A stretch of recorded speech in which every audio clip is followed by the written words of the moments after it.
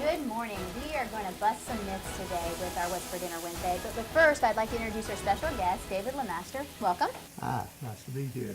Good. Glad to have you. Can you tell us a little bit about your farming operation? My wife and I live in Winchester. We have a small cow-calf farm. And I farm in some surrounding counties with cows and calves and do some row cropping. Well, so you've been doing it all your life? Most of it. Most of it. And do you put up a beef for yourself, or do you? No, we buy all of our beef from grocery store. Ah, well, so what's your favorite cut? Sirloin. Sirloin. And it's a perfect day to be here today. We picked the recipe perfect for you. We have a top sirloin steak with asparagus and tomato orzo. And orzo is a pasta, so it's a great balanced dish. David, you said you don't really like to put a lot of things on yours. Not a lot. Okay. We just put maybe some pepper. Right.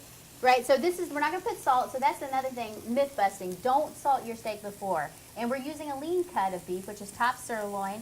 And that's the other myth that we want to bust, is you can actually afford some very nice lean cuts of beef that are still very tasty. And top sirloin's lean, it's tender, and it really only costs per serving $1.12. So that's really a very economical cut of beef for serving people. And then also, too, can you help with the browning by, like, blotting it a little bit with a paper towel, right. too? Yes, you can give a little bit of a pat with a paper towel, and you're ready to go.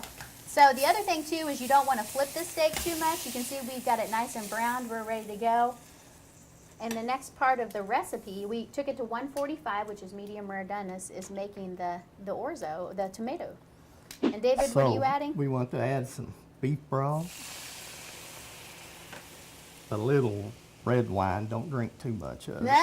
And these bottles are great because they come in little 4-packs, perfect for cooking. Some caper